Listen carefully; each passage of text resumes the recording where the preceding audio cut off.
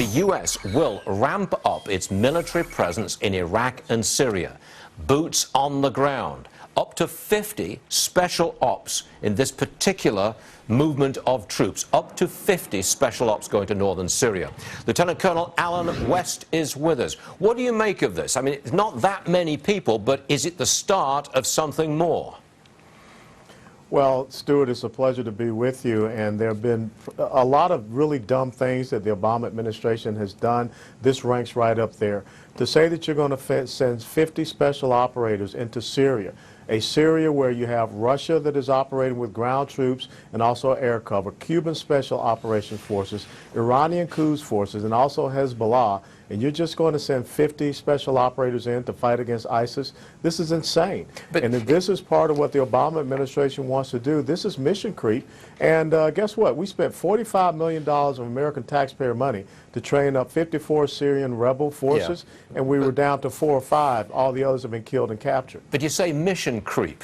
If you start with 40, 50 special ops guys, I mean, you could expand it from there once you've got a toehold. It could be something bigger down the road, couldn't it? I understand that President Obama's heart is probably not in it, but he could be pushed into a corner and expand that troop presence. Is that what you want, Alan?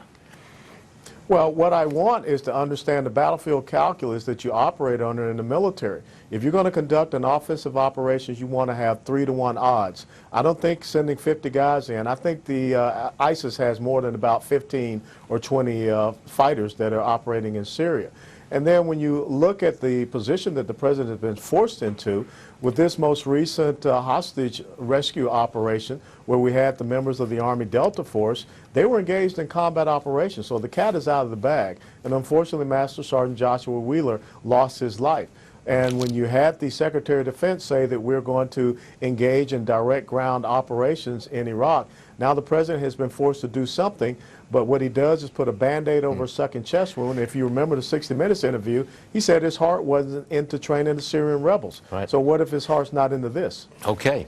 I'm going to break away, change subject for a second, because I've got some rather dramatic video from a drone, actually. It shows those migrants literally marching across Europe. That's a column of people marching across Europe. They're at the Slovenia-Austria border. Earlier today, we had some other video. They're just piling up at that border. It's an absolute mess. And this morning, Turkey says there's another 1 million on the way. Alan, you're a military guy, but I'm going to ask you a question about Europe. Seems to me that that is A, a gigantic security threat, but B, a huge humanitarian crisis, and there is no easy answer here. Well, I think the most important thing is we have to show our compassion for elderly, for the women, and for the children. But military-aged males should be told to go back to your country and fight for your country. You can't do that, because, Alan. You can't do it. You can't do it. I mean, the military-aged young men. But wait a minute. They're piling up by the hundreds of thousands. What do you do with them? They're going to be dying in those cornfields before too long.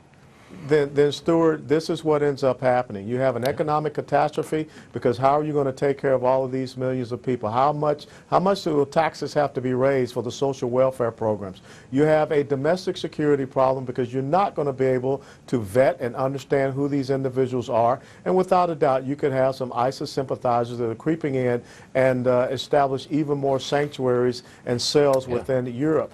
And the other thing is your overall national security threat, which will be increased as well. There is no easy answer to this one at all, and I think Europe is threatened by this. Alan West, thank you very much for your time. It's always appreciated. Thank you, sir.